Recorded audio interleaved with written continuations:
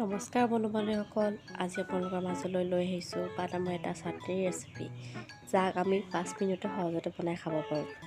বাদাম আমাৰ শৰীৰৰ বাবে বৰ উপকাৰী। বাদামৰ পৰা আমি প্ৰ'টিন পাওঁ। আহকচোন মই কেনেকৈ বাদামৰ চাটনিটো বনাইছোঁ চাওঁ আহক। বাদামখিনি অলপ সময় ভাজি লৈ ঠাণ্ডা হ'বলৈ দিব, যাতে বাদামখিনিৰ বাকলি সহজে এৰে।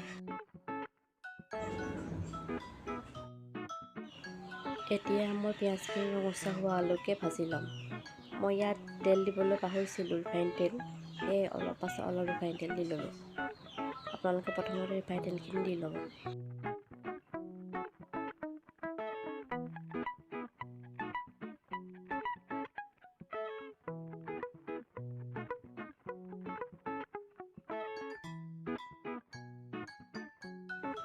এনেকুৱাকৈ ৰঙচুৱা হোৱালৈকে আপোনালোকে ভাজি ল'ব। পিঁয়াজখিনি ভাজি শেষ হোৱাৰ পাছত এবাৰ অলপ ৰিফাইন তেল দি মই নৰসিংহখিনি অলপ দেৰি ভাজি ল'ম।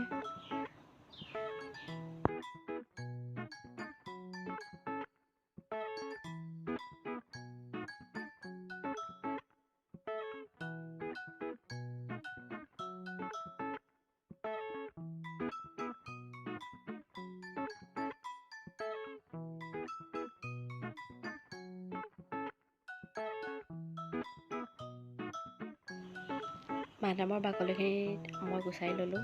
এতিয়া মিক্সাৰ বাতি এটা নৰসিংহ, বাদাম, পিঁয়াজ, জলকীয়া, আদা, নহৰু দি ল'লোঁ একেলগে।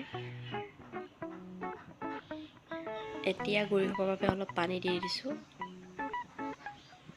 এয়া মোৰ বাদামৰ চাটনি ৰেডি। আপোনালোকে সহজে এনেকৈ বনাই খাব পাৰে। যদি মোৰ ভিডিঅ'টো চাই আপোনালোকে ভাল পালে লাইক, কমেণ্ট এণ্ড শ্বেয়াৰ কৰিবলৈ নাপাহৰিব। ধন্যবাদ।